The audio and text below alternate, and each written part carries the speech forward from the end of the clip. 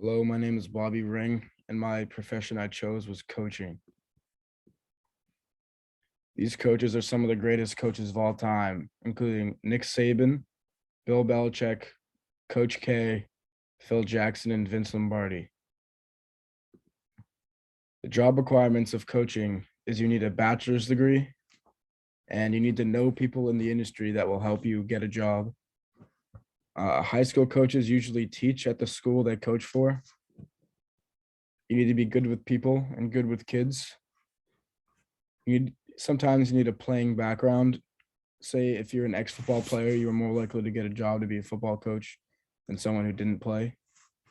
And if CPR certified is always recommended.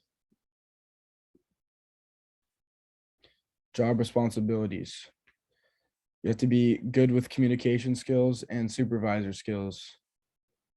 You need to use techniques to improve the ability of your players and help develop them into better men and players. You also are counted on to create a winning environment for your team and make a difference.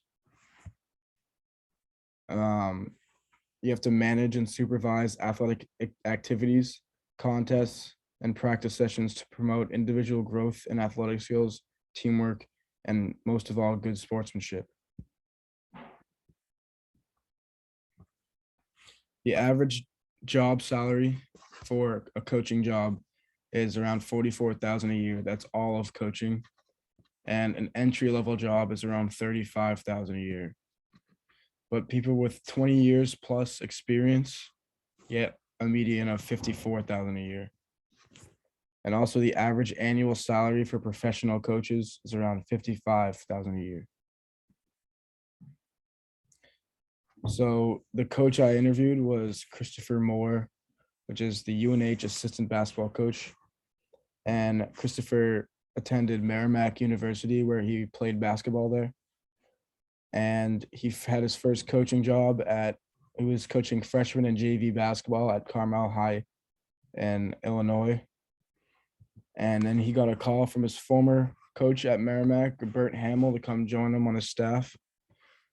And he stayed there at the Division II level for around 6 years at Merrimack. And he has now stayed here at UNH for the last 16 years. Christopher has an English degree with a minor in secondary education. And during his senior year at college, he was a student teacher at Tewksbury High School. His daily duties consist in 3 different increments: the preseason schedule, the in-season schedule, and the summer schedule. In season, there's 20 to 30 games starting in October and ending in March. And during the season, they have practice every day, and the coaches meet before the practice to discuss game plan and go over what they did in practice the previous day. They usually have 2 or 3 days in between their games. And in the summer, they have 8 hours a week to work out. 4 is for weightlifting, and 4 is for playing.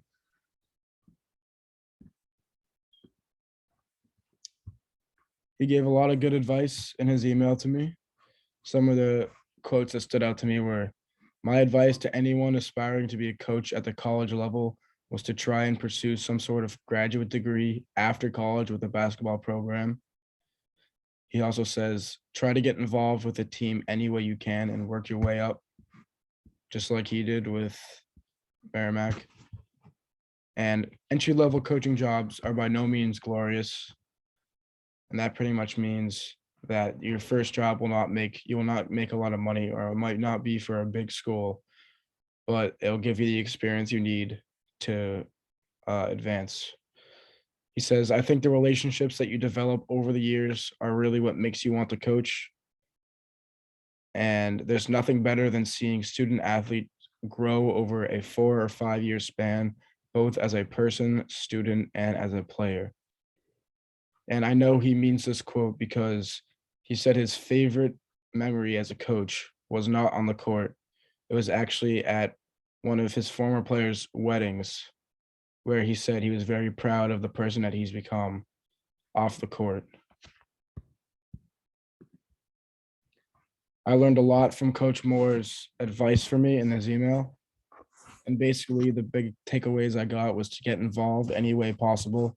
If you want to coach at the college level, try to get involved in the program any way you can, and really be involved with the players and how they develop and